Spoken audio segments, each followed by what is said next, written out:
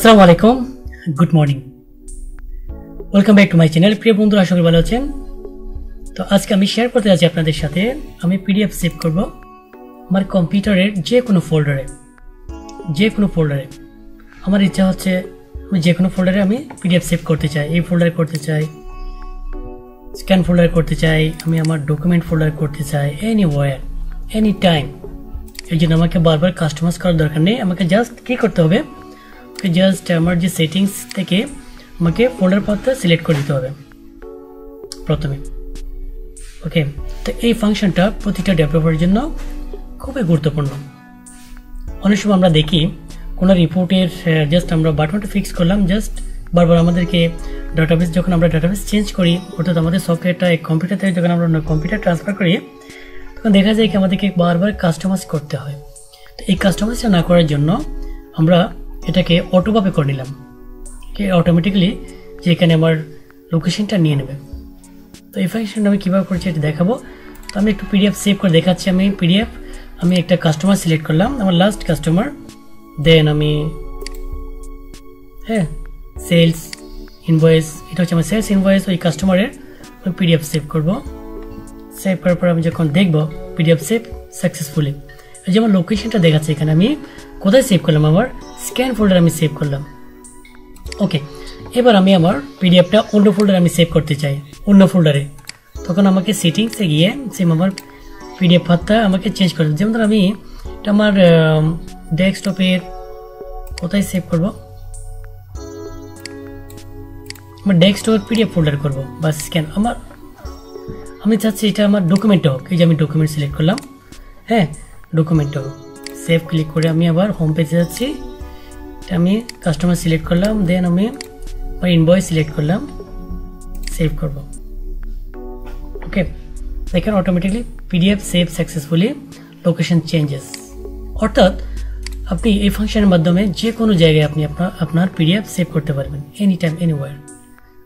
কোনো কাস্টমাইজ করার দরকার নেই। তো চলুন দেখি এই কাজটা আমি কীভাবে করেছি। প্রথমে আমাদেরকে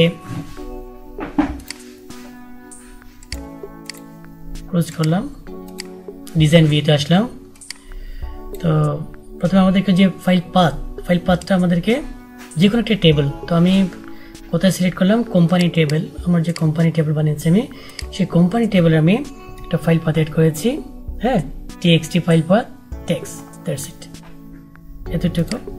দেন আমি যে আমার ইনভয়েস সেটিং ফর্মে যাচ্ছি, ডিজাইন ভিউ, এই জায়গায় আমি ফাইল পাথটা অ্যাড করেছি। দেন আমি এটার নাম দিয়েছি ফাইল পাথ। আমি একটা বাটন অ্যাড করেছি, সেই বাটনে ডাবল ক্লিক করলাম, অর্থাৎ ইভেন্ট প্রডিউসার গিয়ে আমি কোডটা অ্যাড করলাম। তারপরে এই কোডটা আপনাকে অ্যাড করতে হবে এই বাটনের মধ্যে।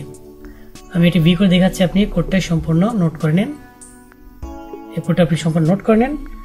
তারপর এটা নোট করার পরে আপনি সেভ করেন আপনার কম্পিউটারে, বাটনে আপনি এই কোডটা অ্যাড করেন।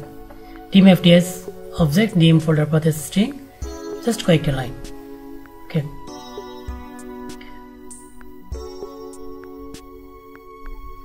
তো এই কোডটা আমি আমার ইউটিউব চ্যানেলের ডেসক্রিপশন আমি দিয়ে দেবো, ওখান থেকে আপনি চাইলে কপি করে অ্যাড করতে পারেন। দ্যাটস ইট, এই বাটনের জন্য কোডটা এনাফ। দেন আমি যে কাজটা করেছি, এবার আমরা যাবো ইনভয়েস, যে ইনভয়েসটা আমি সেভ করেছি, সেই ইনভয়েসের আমার কাছে আছে সেলস ইনভয়েস সিলেক্ট করব। ইনভয়েস বাটনে আমি সেভ বাটনে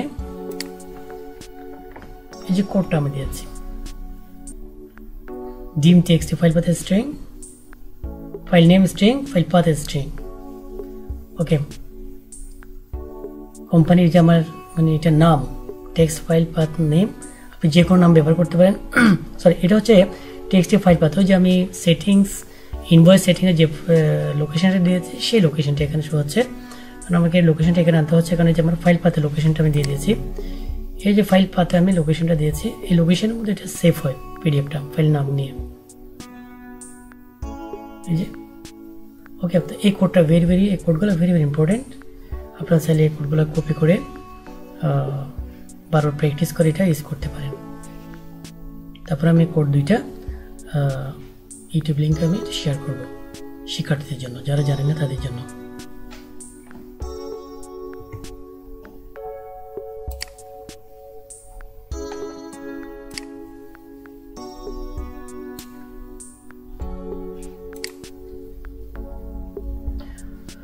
ওকে প্রিয় শিক্ষার্থী বন্ধুরা, জাস্ট এই দুইটা কোড আপনি ব্যবহার করলে আপনার পিডিএফ আপনি যে কোনো প্লেসে আপনি সেভ করতে পারেন। আজকে এতটুকুই। নেক্সট টাইম অন্য কোনো ভিডিও নিয়ে আপনাদের সাথে শেয়ার করব। ততক্ষণ পর্যন্ত ভালো থাকবেন।